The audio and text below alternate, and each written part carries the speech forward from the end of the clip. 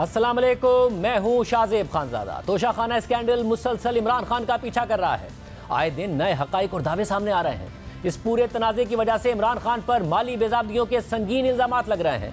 कौमी खजाने को करोड़ों रुपए का नुकसान पहुंचाने का इल्जाम लग रहा है और इमरान खान पर यह इल्जाम है कि उन्होंने अपनी पूरी जिंदगी में इतना नहीं कमाया जितना वजीर आजम बनने के बाद सिर्फ 2 महीनों में तोशा खाना के तहाइफ बेचकर कमाया। इस हवाले से इमरान खान आज तक किसी भी फोरम पर कोई तसल्ली बख्श जवाब नहीं दे सके हैं। हालांकि यह स्कैंडल खुद इमरान खान के दौरे हुकूमत में सामने आ गया था। उनके अपने दौर में एक सहाफ़ी ने इमरान खान को गैर मुल्की दौरों से मिलने वाले तहाइफ की तफसीलात हासिल करने के लिए पाकिस्तान इंफॉर्मेशन कमीशन से रुजू किया और वहाँ से काबीना डिवीजन को हिदायत की गई कि वज़ीर आज़म को मिलने वाले तहाइफ की तफसीलात दरख्वास्त गुजार को फराहम की जाए। मगर काबीना डिवीजन ने तहाइफ की तफसीलात फराहम करने से इनकार कर दिया और इंफॉर्मेशन कमीशन के फैसले को इस्लामाबाद हाई कोर्ट में चैलेंज कर दिया। इस्लामाबाद हाई कोर्ट ने हैरत का इजहार किया कि हुकूमत वज़ीर आज़म को मिलने वाले तहाइफ की तफसीलात सामने लाने से क्यों कतरा रही है। अदालत में तहरीक इंसाफ की हुकूमत ने यह मौक़िफ़ अख्तियार किया कि तहाइफ पब्लिक करना मुल्क की कौमी सलामती का मसला है, दोस्त ममालिक से ताल्लुकात ख़राब होने का खदशा है। मगर अदालत तहरीक इंसाफ के मौक़िफ़ से मुतमईन नहीं हुई और उनके सामने मज़ीद सवालात रख दिए। गुज़िश्ता साल अक्टूबर में एक समाअत के दौरान इस्लामाबाद हाई कोर्ट के जज जस्टिस मियां गुल हसन औरंगज़ेब ने रिमार्क्स दिए कि अगर कोई दिफाई तोहफ़ा हो तो बेशक ना बताएं, लेकिन हर तोहफ़े को पब्लिक करने पर पाबंदी क्यों है। अगर किसी मुल्क ने हार तोहफ़े में दिया है तो उसकी तफसीलात अवाम के सामने रखने में क्या हर्ज है। हुकूमत दीगर ममालिक से मिलने वाले तहाइफ ना बताकर क्यों शर्मिंदा हो रही है। हुक्मरानों को मिलने वाले तहाइफ उनके नहीं बल्कि अवाम के हैं। कोई अवामी ओहदा ना हो तो क्या ओहदों पर बैठे अफराद को तहाइफ मिलेंगे।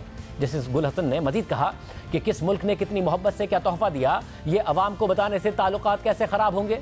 फिर एक और समाअत में जस्टिस मियां गुल हसन औरंगज़ेब ने रिमार्क्स दिए कि अगर मुझे शील्ड मिलती है तो हाई कोर्ट में लगाऊंगा, साथ नहीं ले जाऊंगा। इमरान खान वज़ीर आज़म ना भी रहें तो भी दरख्वास्त गैर मौसर नहीं होगी। जस्टिस गुल हसन ने हुकूमती वकील से कहा कि जो तहाइफ लोग घर ले गए हैं उनको भी वापस म्यूजियम में रखें। और फिर रवां साल अप्रैल में नई हुकूमत आ गई और खुद वज़ीर आज़म शहबाज शरीफ समेत हुकूमती रहनुमाओं ने इमरान खान को मिलने वाले तहाइफ की तफसीलात अवाम के सामने रख दी और इंकिशाफ किया गया कि इमरान खान ने तोशा खाना से कीमती तहाइफ लेकर बैरून मुल्क बेच दिए हैं। और ये तनाज़ा इमरान खान के लिए मजीद शर्मिंदगी और बदनामी का बाइस बनने लगा। नई तफसीलात और यह हक़ाइक़ सामने आने के बाद इस्लामाबाद हाई कोर्ट में दोबारा इस केस की समाअत हुई और तहाइफ की तफसीलात तलब करने वाले सहाफ़ी राना अबरार के वकील ने मौक़िफ़ इख्तियार किया कि तहरीक इंसाफ हुकूमत की पटिशन में कहा गया है कि तहाइफ की मालूमात शेयर की तो दीगर ममालिक से ताल्लुकात मुतासिर होंगे। अब जब तहाइफ की फ़रोख्त का मामला सामने आया है तो क्या इज़्ज़त रह जाएगी।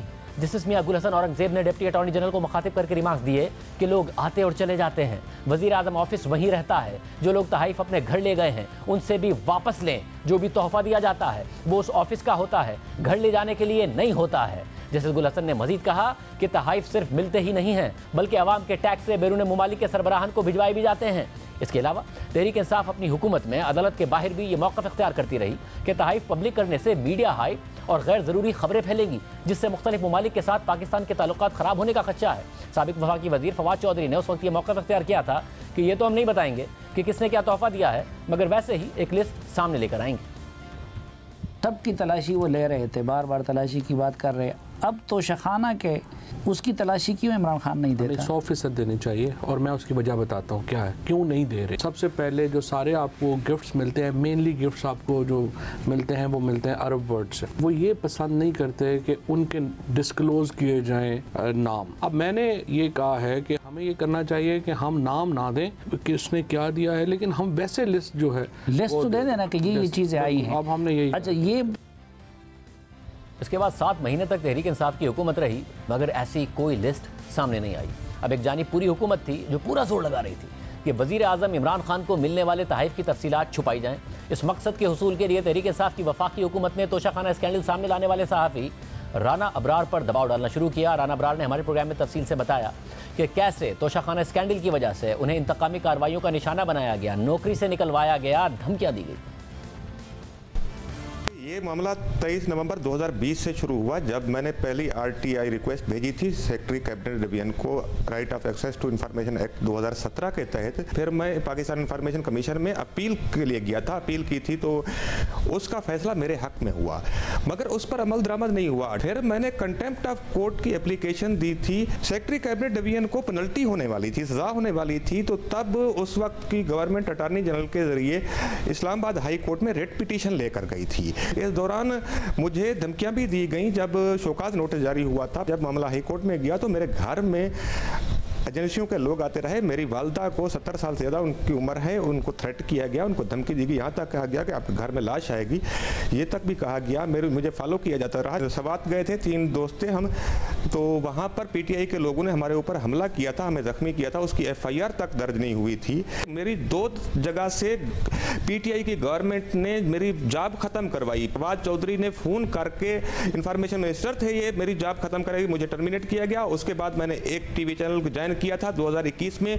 वहाँ पर मुझे तीसरा दिन था कि मुझे बुलाकर सीईओ ने कहा मेरी मजबूरी है, मैं आपको अफोर्ड नहीं कर सकता। आज भी ये पावरफुल हैं और मुझे कहीं पर भी सहाफ़त में, किसी अखबार में या टीवी चैनल में काम नहीं करने देते, बल्कि मेरी जॉब खत्म करवा दी जाती है। रवां साल अप्रैल तक इमरान खान के पास हुकूमत थी, इसलिए उन्होंने हर मुमकिन कोशिश की कि तोशाखाना स्कैंडल को दबा दिया जाए। मगर फिर अप्रैल में उनकी हुकूमत बदल गई और नई हुकूमत ने तमाम तर तफसीलात अवाम और मीडिया के सामने रख दी। फिर खुद इमरान खान भी मान गए कि उन्होंने तहाइफ बेच दिए हैं और ये मौक़िफ़ अख्तियार किया कि मेरा तोहफ़ा मेरी मर्ज़ी।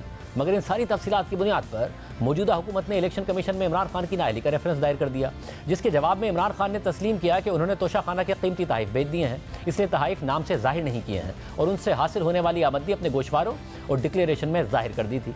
इमरान खान के जवाब का सबसे अहम हिस्सा 2018 में उनके सऊदी अरब के दौरे से मुताल्लिक था, जिसमें इमरान खान को सऊदी वली अहद मोहम्मद बिन सलमान ने कीमती और शानदार घड़ी समेत एक पूरा सेट तोहफे में दिया था। तोशाखाना के रिकॉर्ड के मुताबिक इस पूरे सेट की कीमत 10 करोड़ से ज़ायद लगाई गई थी। इस हवाले से इमरान खान के तहरीरी जवाब में लिखा है कि जहां तक इमरान खान को साल 2018-19 में मिलने वाले 4 तहाइफ का ताल्लुक है, वो उन्होंने इसी साल के दौरान ही बेच दिए थे और 30 जून 2019 को ये तहाइफ इमरान खान के पास मौजूद नहीं थे। इसलिए इन 4 तहाइफ को 31 दिसंबर 2019 को इलेक्शन कमीशन में जमा कराए गए इमरान खान के स्टेटमेंट में नाम से जाहिर नहीं किया गया। ताहम ये तहाइफ बेचकर हासिल होने वाली रकम बैंक अल-फलाह के अकाउंट में मौसूल हुई थी और ये रकम इलेक्शन कमीशन के सामने उसी अकाउंट में दिखाई गई है। इमरान खान ने यह तहाइफ खरीदने के लिए 2 करोड़ 12,26,000 रुपए की जो रकम अदा की थी, वो भी 2019 के टैक्स गोशवारों में जाहिर की गई है। साथ ही तहाइफ बेचकर हासिल होने वाली 5 करोड़ 80 लाख की आमदनी भी टैक्स रिटर्न्स में जाहिर की गई है। इसके अलावा 95 लाख से जायद का टैक्स भी गोशवारों में जाहिर किया गया है। लिहाजा ये तहाइफ इनकी कॉस्ट और सेल वैल्यू की बुनियाद पर इनकम टैक्स रिटर्न्स में मुकम्मल तौर पर जाहिर किए गए थे। मगर इलेक्शन कमीशन इमरान खान के जवाब से मुतमईन नहीं हुआ और इमरान खान को कौमी असेंबली की नशिस्त से नाअहल करार दे दिया। और फिर ये सवाल भी उठने लगा कि अगर इमरान खान ने यह कीमती तहाइफ बेच दिए थे तो अपने जवाब में बैंक ट्रांजैक्शन के साथ साथ इसकी मनी ट्रेल क्यों नहीं दिखाई? ये क्यों नहीं बताया कि उन्होंने ये कीमती तहाइफ किसको बेचे हैं, कहाँ पर बेचे हैं, कितने में बेचे हैं? ये सवाल भी उठा और ये तनकीद भी की गई कि ये तहाइफ असल में बहुत ज़्यादा महंगे थे, मगर इनकी कीमत 10 करोड़ रुपए लगाई गई। और साथ ही इमरान खान और तहरीक इंसाफ ये दावा करती रही थी कि गुज़िश्ता हुकूमतों में 20% रकम अदा करके तहाइफ लिए जाते थे, हमने तो 50% की है। मगर इसके बाद ये वाज़ेह हुआ कि इमरान खान ने खुद 20% कीमत अदा की और उसके बाद कानून बदल दिया और 50% का कानून कर दिया। अहम बात यह भी है कि इलेक्शन कमीशन में इमरान खान ने अपने जवाब में ये माना कि तहाइफ बेचकर उन्होंने मुनाफा कमाया और उनके असासों में इजाफा हुआ, मगर इससे पहले वो ये कहते थे कि उन्होंने तोहफे बेचकर अपने घर के बाहर सड़क बनाई थी। मैंने उन पैसों से जो मेरे घर के नीचे सड़कें जो आम लोगों को भी फायदा पहुंचाती थी, वो तोशाखाना के पैसे से सड़क ठीक की। अब अगर खुद इमरान खान के बकौल उन्होंने तोहफा बेचकर सड़क बनाई थी, तो ये बात इलेक्शन कमीशन के अपने तहरीरी जवाब में क्यों नहीं बताई और रकम को अपनी आमदनी के तौर पर क्यों जाहिर किया? अगर रकम सड़क बनाने में खर्च कर दी थी तो असासों में इतना इजाफा कैसे हो गया? इन सारे सवालों का जवाब खुद इमरान खान ने आज तक नहीं दिया है। मगर हमारे साथ इस पूरी कहानी के एक ऐसे किरदार मौजूद हैं जिनका दावा है कि उन्होंने इमरान खान को मिलने वाले तोशाखाना के ये कीमती तहाइफ खरीदे, वो कीमती घड़ी और पूरा सेट इस वक्त उनके पास है, जो इमरान खान को सऊदी वली अहद ने 2018-19 में तोहफे में दिया था। अहम बात यह है कि इस पूरे सेट को अपने पास रखने के लिए इमरान खान ने 2 करोड़ से ज़्यादा रकम अदा की थी और फिर बकौल उनके 5 करोड़ 80 लाख रुपए में आगे ये तहाइफ बेच दिए थे। इमरान खान से ये पूरा सेट खरीदने वाले दुबई में मकीम पाकिस्तानी बिजनेसमैन उमर फारूक ज़हूर ने हमारे साथ घड़ी समेत दीगर तहाइफ के सर्टिफिकेट्स भी शेयर किए हैं, तहाइफ की तस्वीर भी शेयर की हैं, जो आपके सामने स्क्रीन पर भी नज़र आ रही हैं। तस्वीर में देखा जा सकता है कि सऊदी वली अहद ने जो घड़ी इमरान खान को तोहफे में दी थी, उसमें खाना काबा की तस्वीर बनी हुई है। पूरे सेट में कीमती हीरे लगे हुए हैं और ग्राफ नामी कंपनी जिसने ये घड़ी बनाई वो कीमती घड़ियाँ बनाने के लिए मशहूर है और उसमें खुद सर्टिफिकेट्स में लिखा हुआ है कि ये बहुत ही एक एक्सक्लूसिव काबा एडिशन है जो उनकी तरफ से बनाया गया। इस कंपनी ने एक $55 मिलियन यानी पाकिस्तानी रुपयों में तकरीबन 125 अरब रुपए की घड़ी भी बनाई हुई है, जो दुनिया की सबसे महंगी घड़ी तस्वुर की जाती है। ये तहाइफ कैसे उमर फारूक ज़हूर तक पहुँचे और इसकी पूरी कहानी क्या है, इस पर बात करेंगे खुद उमर फारूक ज़हूर हमारे साथ मौजूद हैं।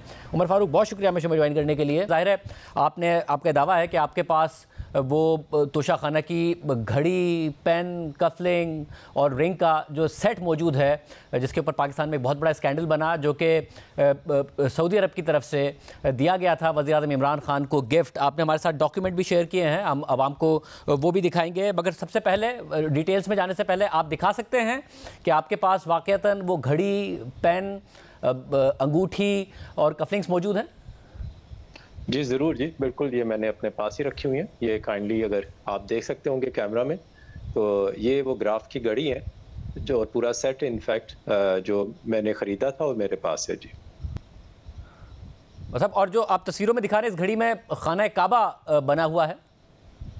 जी बिल्कुल जी, ये लिमिटेड एडिशन है, दुनिया में एक वाहिद पीस है जो कि सऊदी रॉयल फैमिली के लिए बना था।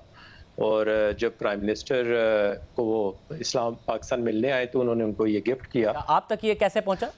मुझे शहजाद अकबर साहब ने कॉल किया था कि हमारे पास अक्सर स्टेट विजिट पे हम जाते आते हैं, लोग मिलते हैं तो हमें गिफ्ट्स देते हैं। कुछ गिफ्ट्स होते हैं जो कि अनवांटेड हमें चाहिए नहीं होते, और वो अगर हम आगे वो जो है गिफ्ट्स अगर आप ख़रीदना चाहें, क्योंकि उनको पता था कि मैं एक कलेक्टर हूँ वॉचेस का और मुझे शौक है घड़ियों का, तो अगर आप ख़रीदना चाहें तो हम आपको कुछ अच्छी चीज़ आएगी तो दिखाएंगे। तो मैंने उनको कहा कि जी बिल्कुल, I am open for anything, तो अगर आपके पास कोई यूनिक चीज़ आए तो मुझे ज़रूर दिखाइएगा।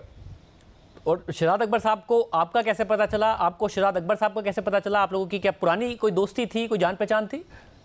जी, मैं शहजाद साहब को जानता हूं। जब ये पीटीआई में ज्वाइन किया, मेरे पीटीआई में कुछ कॉमन फ्रेंड्स थे, उनके थ्रू मैं इनसे मिलता रहता था।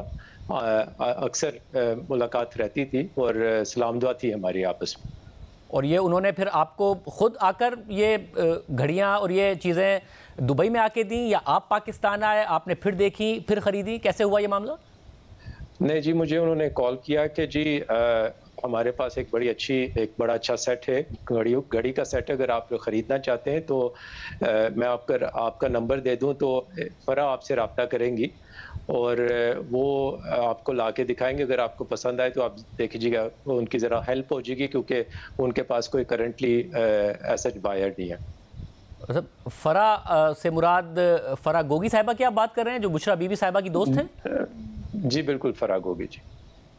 आपने तस्वीरों में देखा होगा, आप उन्हीं की बात कर रहे हैं? अगर वो आपसे, क्या फिर वो आपसे आके मिली? जी जी बिल्कुल, जब वो दुबई आई तो उन्होंने कॉल किया, मैंने उनको अपने ऑफिस में बुलाया और वो ये तोहफा साथ लेके आई हुई थी जो उनको मिला हुआ था स्टेट सऊदी गवर्नमेंट की तरफ से। तो मैंने जब ये घड़ी का सेट देखा तो मुझे बड़ा पसंद आया। मैंने उनसे इजाज़त पूछी कि अगर आपको कोई बुरा ना लगे तो मैं इसकी वेरिफिकेशन करा लूँ दुकान से जाके। तो उन्होंने कहा बिल्कुल, हमें कोई एतराज़ नहीं। तो मैं ये फिर ग्राफ की घड़ी की दुकान जो दुबई मॉल में है वहाँ ले गया, वहाँ पे ये इसकी ऑथेंटिसिटी कराई, चेक किया कि ये वाकई ही जेन्युइन घड़ी है और इसमें कोई प्रॉब्लम नहीं है। और उन्होंने मुझे जब कंफर्म किया तो मैंने फिर ये इसकी ट्रांजैक्शन की। उन्होंने आपको ये भी बताया आपकी दुकान पे जाने से पहले कि ये कैसे आई है, कहाँ से आई है, कैसे उन तक पहुँची है, ये सारी डिटेल्स उन्होंने बताई आपको?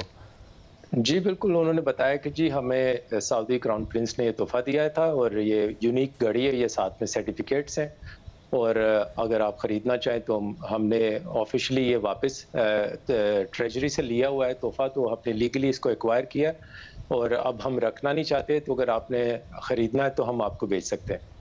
और उन्होंने फ़रा गोगी साहिबा ने क्लियरली बताया कि वज़ीर आज़म इमरान खान को मिला है और इस वक्त उन्होंने तोशाखाना से ले लिया है और अगर आप ख़रीदें तो आपको बेचा जा सकता है। जी एग्जैक्टली जी, बिल्कुल, उन्होंने यही मुझे कंफर्म किया जी। ओके, आप फिर लेकर जब ग्राफ गए तो उन्होंने क्या कहा? मैं जब ग्राफ की दुकान पे गया तो वो हैरान हो गए घड़ी देख के, क्योंकि उन्होंने कभी इस घड़ी को देखा ही नहीं है। वो सुना हुआ था उन्होंने कि ऐसी कोई घड़ी है जो कि सऊदी रॉयल फैमिली ने बनवाई थी, बट यहाँ की दुकान तक ने नहीं देखी हुई थी घड़ी। तो मैंने जब उनसे पूछा कि ये इसकी क्या एस्टिमेटेड वैल्यू होगी, तो उन्होंने कहा जी इसकी तो ये तो प्राइसलेस पीस है कि दुनिया में वाहिद पीस है, मास्टर पीस है, तो इसकी तो कोई भी प्राइस दे सकते हैं, 10, 12, 15 मिलियन डॉलर। तो मैंने उनको कहा कि अगर मैं ख़रीदना चाहूँ तो किस रेट पे अच्छी डील मिल सकती। तो उन्होंने कहा अगर आप 5-6 मिलियन डॉलर में आपको मिल जाए तो ये it will be a good bargain. तो फिर मैंने इनसे जाके निगोशिएट किया तो फाइनली हमने एग्री करके $2 मिलियन में ट्रांजैक्शन की। निगोशिएट आपने किया, वो कितने का बेचना चाह रही थी? वो तो जाहिर सी बात है $4-5 मिलियन की एक्सपेक्टेशंस लेके बैठे हुए थे, तो फाइनली उनको पैसे चाहिए थे और उन्होंने डिमांड भी की कि हमें पैसे कैश में चाहिए। तो मैंने फिर $2 मिलियन उनको, जो कि तकरीबन 7.5 मिलियन दिरहम बनता है, वो निकाल के मैंने बैंक से इनको दिया। ये उन्होंने खुद ने कहा कि जो भी ट्रांजैक्शन होगी वो कैश में होगी, हमें बैंकिंग ट्रांजैक्शन नहीं करनी है? जी बिल्कुल नहीं, जो उनको कहीं बैंक अकाउंट में पैसे नहीं चाहिए थे, उनको कैश पैसे चाहिए थे। और उन्होंने खुद ने ग्राफ जाके वो नहीं बेचा या किसी और से बात नहीं की थी, क्योंकि वो कैश में ट्रांजैक्शन हर हाल में करना चाह रही थी? जी देखें जी, आप ग्राफ में जाके बेचते हैं तो ग्राफ को आपको अपनी डिटेल्स रजिस्टर करानी होती है कि आपने कहाँ से ख़रीदा है, आप कौन सेलर है, कौन बायर है, एंड ऑब्वियसली वो अपने आप को एक्सपोज नहीं करना चाहती होंगी, तो इसलिए उन्होंने मुझसे ये ट्रांजैक्शन की। मतलब $2 मिलियन एक बड़ी रकम है। आपने कितने दिन में ये पेमेंट की $2 मिलियन की, और कैश किस तरीके से निकाला ये सारा मामला?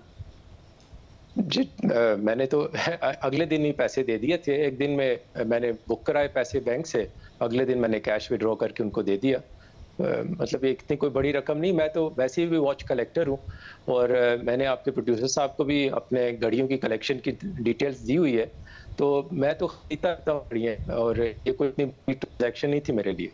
साहब आपने ज़ाहिर है आपने भेजी है वो वीडियोस, हमने देखी हैं कि आपके पास एक कलेक्शन मौजूद है बहुत ही कीमती घड़ियों का, मगर $2 मिलियन पाकिस्तान के लिए, पाकिस्तानी नाजरीन के लिए बड़ी रकम है। या तो $2 मिलियन अगर आप कैश निकलवा ले जाए तो मसला होता है। दुबई में कोई इशू नहीं है। और आपने डॉलर्स में अदा किए उन्हें या दिरहम में अदा किए? क्योंकि अगर 3.67 के हिसाब से लगाएं तो कोई 7-7.25 मिलियन दिरहम बनता है ये। जी 7.5 मिलियन दिरहम की ट्रांजैक्शन थी, और मैंने दिरहम में दिए उनको पैसे, और ऑब्वियसली एज मैं वैल्यूबल कस्टमर बैंक था, तो मुझे कोई इतना प्रॉब्लम नहीं है इस तरह के पैसे विड्रॉ करने का। और फरा गोगी साहिबा वो पैसे लेके पाकिस्तान आ गई। पाकिस्तान लाना भी मुश्किल है, इतना सारा कैश वो लेकर आ गई पाकिस्तान? मेरा नहीं ख्याल है वो पाकिस्तान लेके गई हैं, उनको पैसे यहीं चाहिए थे। वहीं दुबई में चाहिए थे? जी बिल्कुल यहीं चाहिए थे। अच्छा, ये इम्पोर्टेंट सवाल है कि मगर ये बात तय है कि आप ही पहले बायर हैं इसके, वज़ीर आज़म इमरान खान की तरफ से। आपने किसी और से ये नहीं ख़रीदी है। कल को वो कह सकते हैं कि जी हमने तो आपको नहीं बेची, अगर आपने सारी ट्रांजैक्शन ही कैश में की, आपके पास क्या एविडेंस है कि आपने उनसे ख़रीदी है? जी मेरे पास एविडेंस घड़ी पड़ी हुई है जी, मैं इससे ज़्यादा बड़ा क्या एविडेंस होगा, और मैंने उनसे ख़रीदी है। मैं कह रहा हूँ आपके सामने टीवी पे, मुझे क्या इस बात में झूठ बोलने की ज़रूरत है। और आप ये कह रहे हैं कि क्योंकि ज़ाहिर है पाकिस्तान में भी ये केस चल रहा है, उमर फारूक साहब आप ये कह रहे हैं कि इसके अलावा कोई एविडेंस वो प्रूव कर नहीं सकते हैं, क्योंकि पाकिस्तान में उन्होंने ये घड़ी ली है 10 करोड़ रुपए की, ये पूरा का पूरा सेट। अब आप जो रकम बता रहे हैं $2 मिलियन की, और उस वक्त तकरीबन 141-42 रुपये का था अप्रैल 2019 में डॉलर, तो ये कीमत बनती है 28 करोड़ रुपए। वज़ीर आज़म ने डिक्लेयर किया इसको 10 करोड़ रुपए का, और लिया सिर्फ और सिर्फ 20% कीमत अदा करके तकरीबन 2 करोड़ 15 लाख रुपए का। मगर आप कह रहे हैं आपने 28 करोड़ रुपए पाकिस्तानी अदा किए हैं इस पूरे के पूरे सेट के? जी बिल्कुल ऐसी है जी। और वो किसी और से इसकी खरीद साबित नहीं कर सकते हैं पाकिस्तान में बैंकिंग ट्रांजैक्शन के जरिए? देखिए जी, घड़ी मेरे पास है, एक यूनिक पीस है, इसकी कोई दो एडिशन है नहीं, और मैंने ये उन्हीं से खरीदी थी, और अपने पास तब से पड़ी हुई है मेरे पास घड़ी कलेक्शन में। तो अगर वो कुछ और क्लेम करते तो मैं उसका जवाब नहीं दे सकता। अच्छा ज़ाहिर एक खूबसूरत घड़ी है, इसमें डायमंड्स लगे हुए हैं, इसके अलावा जो पेन है, अंगूठी है, कफलिंग्स हैं, बहुत सैकड़ों इनमें डायमंड्स लगे हुए हैं बड़े हाई क्वालिटी के, जो कि उन डॉक्यूमेंट्स में लिखा हुआ है, जो कि ग्राफ की तरफ से इस सेट के साथ दिए गए हैं। आपको क्या बात अच्छी लगी? $2 मिलियन कोई छोटी रकम नहीं है, क्यों खरीदना चाहेंगे आप इतना महंगा सेट? देखिए जी, मेरे लिए तो ये बहुत बड़ा एजाज़ था कि एक तो खाना काबा का एडिशन है और एक वाहिद घड़ी है दुनिया में, तो इससे ज़्यादा बड़ी क्या बात होगी कि अगर वो मैं एक खुशमत बायर हूँ कि मैं ख़रीद सकूँ इस तरह की चीज़ को। दूसरा obviously graph is one of the top jewellers in the world, और उसकी घड़ी काबा एडिशन ये ऐसी चीज़ नहीं जो आप दोबारा कभी देख सकेंगे, और ये रॉयल फैमिली ने बनवाई थी, तो ऑब्वियसली इसकी अपनी यूनिकनेस तो है। साहब अब इस सब में एक मसला है, और सब में मसला ये है कि आप कह रहे हैं शहजाद अकबर साहब से आपकी अच्छी दुआ सलाम थी, आपके अच्छे ताल्लुकात थे, फिर उन्होंने ही आपसे कहा कि अगर कोई घड़ी वड़ी आप ख़रीदना चाहें, उन्हें पता था कि आप कलेक्टर हैं, आप घड़ियों का बहुत शौक़ रखते हैं, मगर उन्हीं के होते हुए आपके ऊपर केस बना। फिर आपके ऊपर सिर्फ केस नहीं बना, आपके ऊपर केस की बुनियाद पर बशीर मेमन साहब जो कि फॉर्मर DG FIA थे, जिन्होंने वज़ीर-ए-आज़म इमरान खान पर बहुत बड़े बड़े इल्ज़ामात लगाए थे, आपको बुनियाद बनाकर उनके ऊपर केस बना। ज़ाहिर उनकी बरियत हो गई है उस केस में। तो ये कैसे होता है? अगर इतने अच्छे ताल्लुकात चल रहे थे, $2 मिलियन आपने दिए हुए थे, तो ये बात नहीं समझ में आती है फिर। बस जी, मेरे शायद यही गलती होगी थी कि मैंने ये घड़ी क्यों ख़रीदी, और मैं उनके सामने फ्लैग हो गया। और जैसे ये ट्रांजैक्शन हुई तो उन्होंने मुझे तंग करना शुरू कर दिया। आए दिन कोई ना कोई फरमाइशें आती रहती थी उनसे। फाइनली मैं फ्रस्ट्रेट होकर उनको मैंने मना कर दिया, भाई कि I am sorry, I can not accommodate you every time. आपको कॉल करते कि किसी के लिए होटल बुक करवा दें, कभी किसी को शॉपिंग के लिए पैसे दे दें, कभी कोई टिकट भिजवा दें, तो I can not take care of this. तो he got pretty annoyed with me कि उसने कहा कि जी आपको पता नहीं शायद मैं कौन हूँ और मेरे पास कितनी पावर्स है। मैंने कहा जी माशाल्लाह से आप जो मर्जी होंगे, बट यू नो मैं I am not just anyone to take orders from anyone else. जैसे एक मिनट, शहजाद अकबर साहब आप कह रहे हैं ये घड़ी की ट्रांजैक्शन हो गई, उसके बाद शहजाद अकबर साहब का आप कह रहे हैं कि वो आपको कॉल करके कहते थे कि किसी को शॉपिंग करा दें, कोई दुबई आ रहा है, या फिर किसी का टिकट करा दें, किसी का होटल में स्टे करा दें, वो शहजाद अकबर साहब आपको कहा करते थे ये फरमाइश? जी, अक्सर फ़ोन किया करते थे, आए दिन कोई ना कोई छोटी मोटी डिमांड करते रहते थे। और फाइनली मैंने 4-5 दफ़ा के बाद मैं तंग आ गया उनकी कॉल से, और फिर मैंने उनको मना कर दिया कि आई एम सॉरी, मैं इसके बाद आपको अकोमोडेट नहीं कर सकता। मगर 4-5 दफ़ा उनके कहने पे आपने फैसिलिटेट किया क्या? किसी को पैसे दिए, या शॉपिंग कराई, या स्टे किया, या टिकट बुक किया? जी बिल्कुल ऐसे ही जी। और उसके बाद आपने मना कर दिया, उसके बाद आप कह रहे हैं वो आपसे नाराज़ हो गए, फिर क्या हुआ? बस नाराज़ हुए। फिर एक दिन फ़ोन आया, उन्होंने कहा कि जी आपकी मुझे एक्स वाइफ मिली है और आप उससे बच्चे छीन के ले गए, और बेहतर यही होगा कि आप बच्चों को वापस ले आएँ पाकिस्तान और माँ के साथ रीयूनाइट कर दें। मैंने उनको समझाया कि ये कोई नई कहानी नहीं है, पुराना केस है, ये 2009 से चलता आ रहा है कि इसकी बेतहाशा कोर्ट हेयरिंग्स हो चुकी हुई हैं। 2013 में आफ्टर ऑलमोस्ट 90 हेयरिंग्स जाके ये केस फाइनल सेटल हो गया। मैंने कोर्ट के थ्रू फाइनेंशियल सेटलमेंट किया, मैंने अपनी एक्स वाइफ को 10 लाख रुपए दिए, और कोर्ट के ऑर्डर के थ्रू ये केस ख़त्म होने के बाद उसको डायरेक्शन दी गई कोर्ट से कि भी वो जाए UAE और बच्चों को मिले जाके, अगर केस करना चाहती तो केस करे। गवर्नमेंट ने अपने ख़जाने से 15,000 दिरहम उसको लीगल असिस्टेंस के लिए भी दिया। वो सारे पैसे वैसे लेके खा गई, फिर कभी आए नहीं।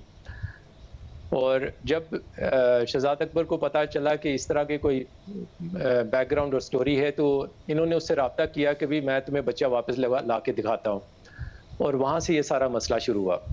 देखिए, जो आप अपनी एहलिया के हवाले से कह रहे हैं, ज़ाहिर आप दोनों का एक ज़ाती मसला है बच्चों की कस्टडी का। मैंने आपके बच्चों के इंटरव्यूज़ भी देखे हैं, इसके अलावा आपकी जो एक्स वाइफ हैं उनका वर्जन भी मैंने देखा है। ज़ाहिर वो भी आप पर इल्ज़ाम लगाती हैं कि बच्चे बहुत छोटे थे 2009 में जब आप उन्हें ले गए थे, उसके बाद कस्टडी की जंग चलती रही। आप कहते हैं लीगली आप स्ट्रॉन्ग हैं, वो कहती हैं उनका मौक़िफ़ स्ट्रॉन्ग है, मगर शहजाद अकबर साहब यहाँ पर जंप करते हैं, तो फिर वो आपको क्या कहते हैं और बात आपके ऊपर केस तक कैसे पहुँचती है? बस जी, मैंने जब उनको मना कर दिया कि भाई बच्चे मैं नहीं लेके आ रहा, अगर उसने मिलना है आके यहाँ दुबई में मिले, मैंने कभी पहले नहीं मना किया, अभी भी नहीं मना करूँगा। तो फिर उन्होंने कहा कि ठीक है, तुम्हें शायद पता नहीं कि मैं कौन हूँ, मैं आपको अभी सबक सिखाऊंगा। फिर तो सब्सिक्वेंटली जी मेरे पे उन्होंने एक FIR काटी कि जी मैंने अपने ही बच्चे अगवा किए, और वो FIR इन्होंने लाहौर में काटी अपनी टीम के निगरानी में, जो कि उस वक्त डॉक्टर रिजवान महरूम थे और उनकी जो टीम थी, उन्होंने ये FIR काट के जाली एड्रेसेस पे समन्स भिजवा के मुझे अनलॉफुली जो है ना प्रोक्लेम ऑफेंडर कोर्ट से डिक्लेयर करा के मेरे रेड वारंट इशू करवा दिए। नहीं, मगर इस सब में एक मसला ये है कि ये सिर्फ शहजाद अकबर का फैसला नहीं था, ये तो पूरी काबीना का फैसला था जो कि आपके ऊपर वो स्टैम्प किया गया कि ये आपके ऊपर मामला आगे बढ़ना चाहिए, जो दरख्वास्त थी ज़ाहिर है वो आपकी एक्स वाइफ की तरफ से थी, उसमें उस दरख्वास्त में हमने गो थ्रू किया है। मुर्जा अली शाह की उसमें स्टोरी भी है, उसमें मेंशन नहीं किया हुआ था कि वो आपकी एक्स वाइफ हैं। आप पर इल्ज़ाम ज़रूर लगाए हुए थे, मुझे ये नहीं बताया था कि आपके साहब बीवी हैं, और बहुत सारे दूसरे इल्ज़ाम आप पर लगाए हुए थे, घड़ियों का भी कि आप कलेक्टर हैं, ये सारी बातें, मगर ये काबीना से अप्रूवल था, सिर्फ शहजाद अकबर साहब का नहीं था मामला। जी मैं थोड़ा सा आपको क्लैरिफाई कर दूं। पहले इन्होंने मेरे पे किडनैपिंग का केस बनाया मुझे अंडर प्रेशर करने के लिए। वो यहाँ पे इन्होंने एक्सट्रेडिशन मांगी यूएई से कि ये बच्चे अपने किडनैप करके यूएई ले आया है। तो मैं जहाँ से जब मुझे केस यहाँ आया तो यूएई अथॉरिटीज़ के पास मैं चले गया, उनको मैंने बताया कि ऐसी कोई बात नहीं है, और लीगली मेरे यूएई गवर्नमेंट यूएई कोर्ट्स ने मुझे कस्टडी दी हुई है बच्चों की। तो उन्होंने ये एक्सट्रेडिशन रिक्वेस्ट थी वो रिजेक्ट कर दी। जब वो रिजेक्ट हुई है तो फिर इन्होंने मेरे पे मेरी एक्स वाइफ से एक दरख्वास्त लिखवाई कि आप एज ए कंसर्न सिटीज़न बन के एक दरख्वास्त दो और अपने हावंद के ख़िलाफ़, और हमें कोई ग्राउंड दो कि हम इस पर मज़ीद पर्चे बनाए। तो उसकी दरख्वास्त के बेसिस के ऊपर शहजाद अकबर साहब चले गए काबीना में, और उन्होंने कहा जी हमें बहुत बड़ा सुराग मिल गया जी, एक बहुत बड़ा बिजनेसमैन है, अरब खरबपति बंदा है, दुबई में रहता है और वो वहाँ पे मनी लॉन्डर करता है, और अगर हम किसी तरीके से उसको यहाँ ले आएंगे तो हमारे पास पता नहीं कौन सा बड़ा राज खुल जाएगा। तो उन्होंने इमरान खान साहब को ये पूरी स्टोरी दी, उनसे अप्रूवल ली, काबीना से अप्रूवल ली और काबीना से पूरी सपोर्ट ली, और मेरे खिलाफ 2 मनी लॉन्ड्रिंग के पर्चे काट दिए। मगर उमर साहब देखिए, समझ में नहीं आ रहा है, आपने एक बहुत बड़ी ट्रांजैक्शन की उनके कहने पर, जिसके डायरेक्ट बेनिफिशरी बकौल आपके ज़ाहिर है जब आप पैसे देते हैं फरा गोगी साहिबा को, और वो गिफ्ट वो था जो कि इमरान खान साहब को मिला था, $2 मिलियन, बहुत बड़ी रकम है, 28-29 करोड़ रुपए। पाकिस्तान में उसका केस भी चल रहा है। इतना खिलाफ आपके हो गए, इतना बड़ा केस, काबीना को उन्होंने कन्विंस कर लिया और वो केस बनवा दिया।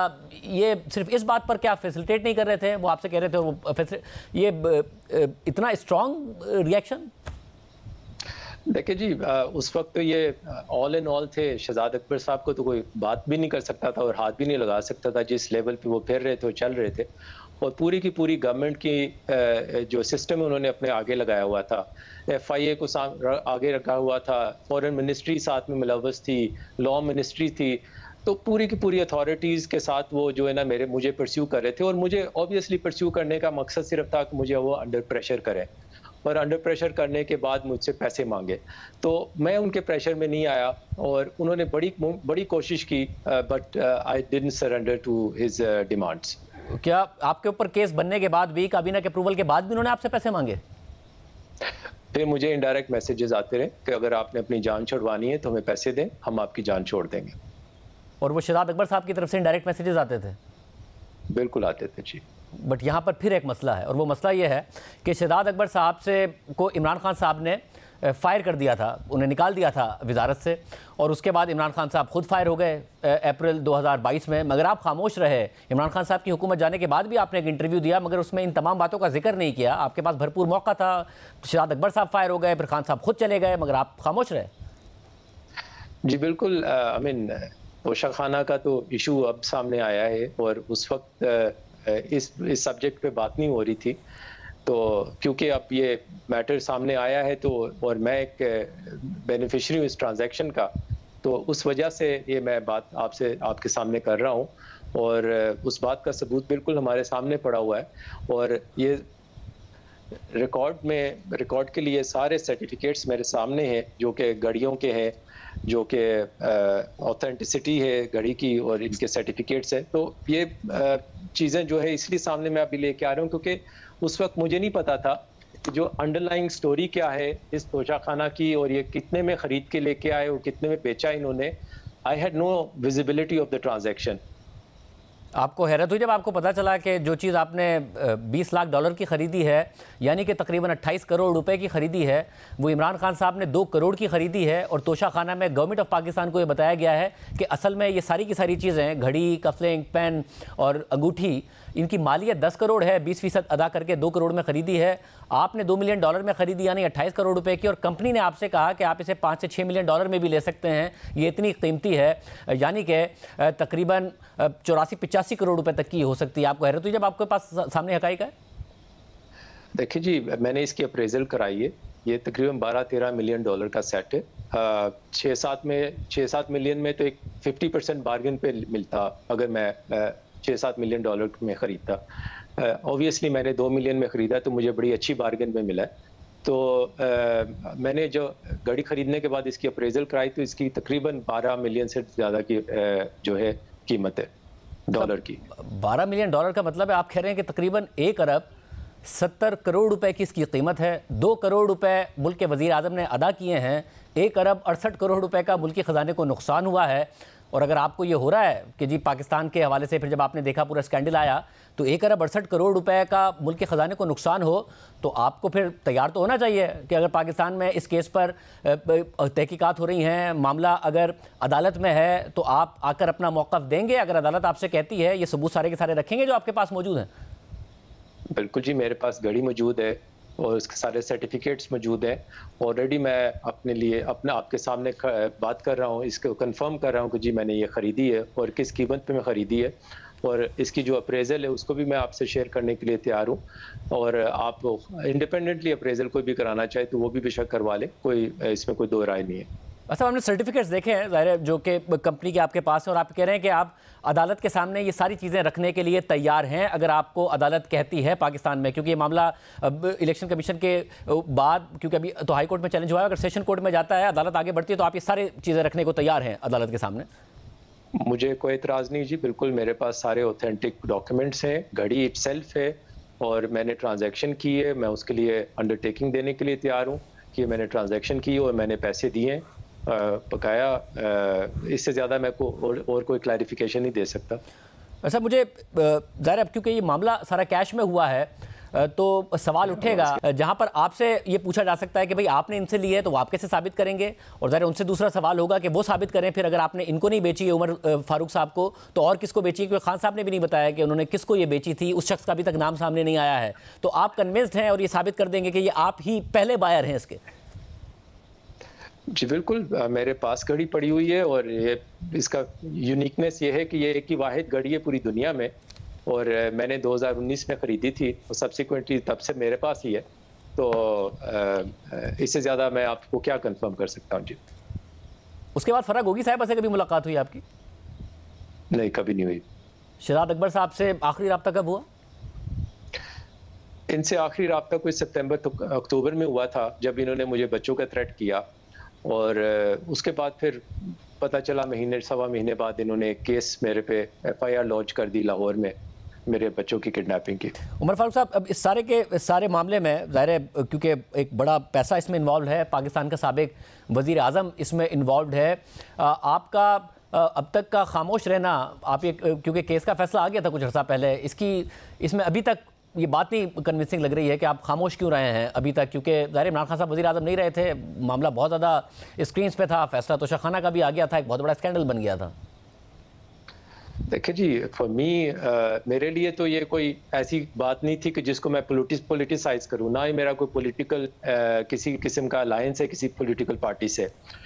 मुझे जब पता चला इस ट्रांजैक्शन के बारे में और जब ये पब्लिक हुई इंफॉर्मेशन तो ऑब्वियसली आई फेल्ट के ये एक बड़ी अनरीजनेबल किस्म की बात है कि आप मार्जिनल से पैसे जमा करा के स्टेट के ख़जाने में इतनी महंगी चीज़ निकाल के और उसको आप ट्रेड करें, तो आई थिंक ये बड़ी अनएथिकल किस्म की एक इनके तरफ से काम हुआ है।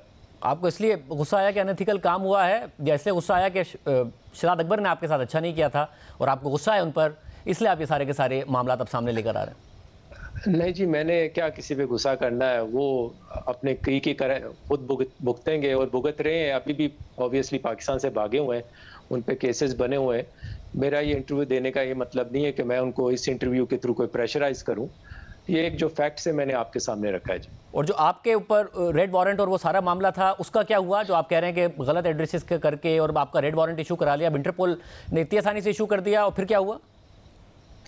जी, अब तो रेड वारंट वापस हो गए, विड्रॉ हो गए, मैंने कोर्ट के थ्रू वारंट्स विड्रॉ करवा लिए हैं और जो भी केसेस हैं उनको मैं डील कर रहा हूँ लीगली, और इंशाल्लाह मुझे उम्मीद है कि मैं उनमें से सब में से बरी हो जाऊँगा। बहुत शुक्रिया। उमर फारूक ज़हूर के दावे आपने सुने, कुछ मज़ीद सवालात पैदा हो गए हैं, कुछ मौक़िफ़ भी सामने आ रहे हैं, वो आपके सामने रखते हैं ब्रेक के बाद।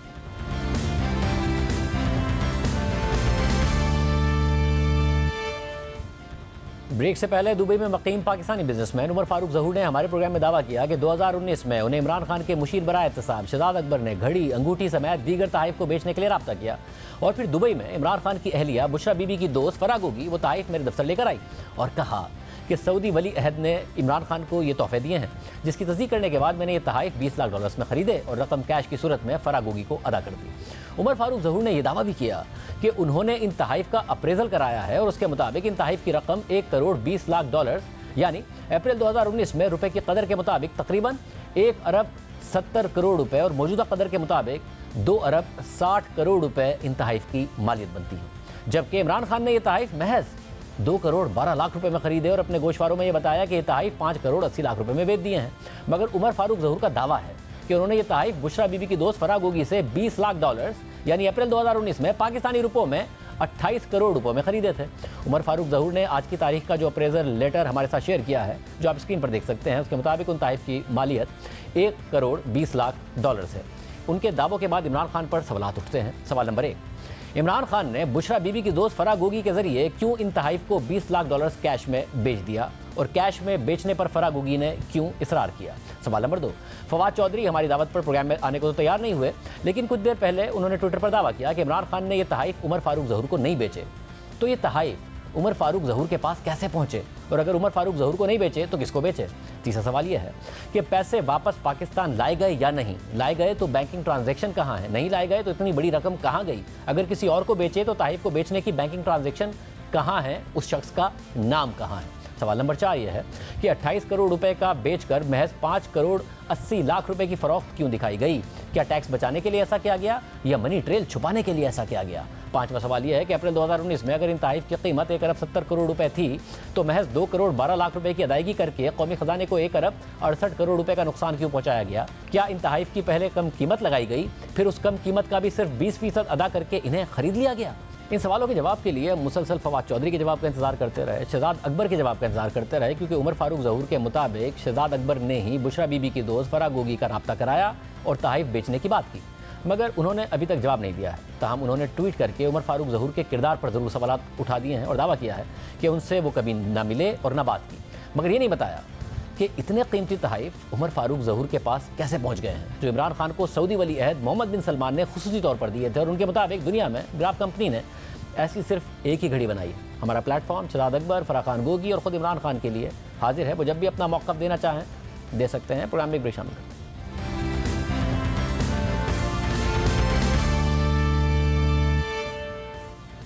तहरीक इंसाफ के मुख्तलिफ रहनुमा उमर फारूक ज़हूर के हवाले से अपना मौक़िफ़ दे रहे हैं। फवाद चौधरी कह रहे हैं कि इमरान खान ने उनको घड़ी फ़रोख्त नहीं की, साथ ही कह रहे हैं उनका इमरान खान का कोई ताल्लुक उमर फारूक ज़हूर से नहीं रहा है।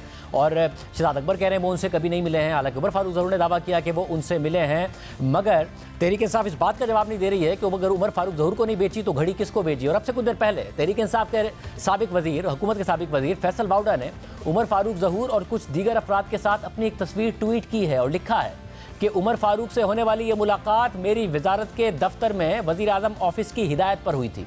यानी वज़ीर आज़म इमरान खान की हिदायत पर यह मुलाकात हुई थी, जिसमें मेरे अलावा दीगर 4 वज़ीर और तमाम वजारतों के आला हुक्काम भी मौजूद थे। उमर फारूक ज़हूर और दीगर से होने वाली ये मुलाकात दुबई डेलीगेशन के तहत हुई थी। इस तस्वीर को जो रंग देना चाहें दें, कोई डर नहीं। ये आप तस्वीर देख सकते हैं, जिस तस्वीर को फैसल बाउडा ने शेयर किया है उसमें फैसल बाउडा खुद नज़र आ रहे हैं, उमर फारूक ज़हूर नज़र आ रहे हैं और फैसल बाउडा का ये कहना है कि ये जो मुलाकात थी ये वज़ीर आज़म ऑफिस की हिदायत पर हुई थी। फैसल बाउडा ने कहा है कि उमर फारूक ज़हूर और कुछ दीगर अफराद के साथ अपनी एक तस्वीर ट्वीट की है उन्होंने और लिखा है कि उमर फारूक से होने वाली ये मुलाकात मेरी वजारत के दफ्तर में वज़ीर आज़म ऑफिस की हिदायत पर हुई थी, जिसमें मेरे अलावा दीगर 4 वज़ीर और तमाम वजारतों के आला हुक्काम भी मौजूद थे। उमर फारूक और दीगर से होने वाली ये मुलाकात दुबई डेलीगेशन के तहत हुई थी। इस तस्वीर को जो रंग देना चाहें दें, कोई डर नहीं। तहरीक इंसाफ एक फासला इख्तियार करने की कोशिश कर रही है, ये भी कह रही है कि उमर फारूक ज़हूर को नहीं बेची थी घड़ी। अगर उमर फारूक ज़हूर झूठ बोल रहे हैं तो इतना कीमती तोहफ़ा, करोड़ों रुपए की मालियत का तोहफ़ा, जिसकी खुद इमरान खान कह चुके हैं कि उन्होंने 5 करोड़ 80 लाख रुपए में ये तोहफ़ा बेचा है, जबकि उमर फारूक ज़हूर का दावा है कि उन्होंने ये 28 करोड़ रुपए में लिया है। अगर उमर फारूक ज़हूर को नहीं बेचा तो उस शख्स का नाम क्यों नहीं बताते जिसको बेचा, बैंकिंग ट्रांजैक्शन क्यों नहीं दिखाते?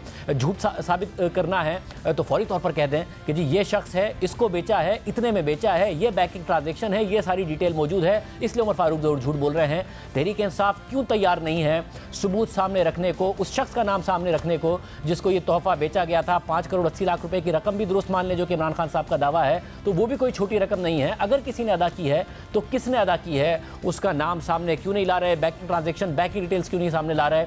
क्योंकि उमर फारूक ज़रूर ने जो इल्ज़ामात लगाए हैं वो इंतहाई संगीन हैं और सवालात उठाते हैं कि 28 करोड़ रुपए में अगर ये बेची गई थी $20 लाख में, तो दुबई से रकम पाकिस्तान आई या नहीं आई? नहीं आई तो कहाँ गई? और अगर पाकिस्तान आई तो किस बैंकिंग ट्रांजैक्शन कहाँ है, उस पर उतना टैक्स क्यों नहीं अदा किया गया? और अगर इसकी मालियत उमर फारूक ज़हूर के दावे के मुताबिक इतनी ज़्यादा है कि 1 करोड़ 20 लाख डॉलर है, तो फिर तो उस वक्त 2019 अप्रैल के मुताबिक पाकिस्तानी रुपयों में बहुत महंगी 1 अरब 70 करोड़ की मालियत बनती है, तो वो फिर उस मालियत से कम में क्यों बेचा गया और क्यों कैश में ट्रांजैक्शन को तरजीह दी गई? ये सारे सवालात हैं जिनके जवाब जब तहरीक इंसाफ देना चाहे हमारा प्लेटफॉर्म हाजिर है। फिल्म जॉयलैंड की रिलीज से सिर्फ 7 दिन पहले एनओसी वापस लेने के बाद हुकूमत को तनकीद का सामना है, जिसके बाद वज़ीर आज़म शहबाज शरीफ ने कल 8 रुकनी कमेटी बनाने का ऐलान किया, जिसको ये फिल्म देखकर इस पर उठने वाले एतराज़ात को जांच कर इसकी रिलीज़ के हवाले से फैसला करना है। कल जारी होने वाले नोटिफिकेशन के मुताबिक कमेटी इस फिल्म के समाजी और इखलाकी इक़दार के खिलाफ होने की शिकायत को सुने और इस पर एक्शन तजवीज़ करे, जबकि इस कमेटी को अपनी रिपोर्ट पेश करने के लिए 15 नवंबर की मोहलत दी गई थी, यानी आज ही रिपोर्ट पेश करने की मोहलत दी गई थी। और अब इस हवाले से वज़ीर इत्तलात मरियम औरंगज़ेब ने हमें नोटिफिकेशन भेजा है, जिसके मुताबिक कमेटी ने आज इस्लामाबाद में बगौर जायजे के बाद फैसला किया है कि मरकजी सेंसर बोर्ड फिल्म का फुल बोर्ड रिव्यू करे और इस फिल्म की स्क्रीनिंग के हवाले से हतमी फैसला दे। अब ये वही फिल्म सेंसर बोर्ड है जिसने इससे पहले फिल्म जॉयलैंड की 17 अगस्त को रिलीज़ की मंजूरी दी थी। अब इसी बोर्ड को फिल्म की दोबारा मुकम्मल और तफसीली जायजा लेने की हिदायत कर दी गई है। अब एक ऐसी फिल्म जिसको पहले 3 सेंसर बोर्ड्स ने एनओसी दे दिया था, उसके बावजूद ऐसी क्या शिकायत आई थी जिसकी बुनियाद पर इसको रिलीज़ से सिर्फ 1 हफ्ता पहले ही नुमाइश से रोक दिया गया, क्योंकि शिकायत करने वालों ने तो फिल्म देखी नहीं थी। देखते हैं अब मरकजी सेंसर बोर्ड क्या फैसला करता है। इजाज़त दीजिए, अल्लाह हाफ़िज़।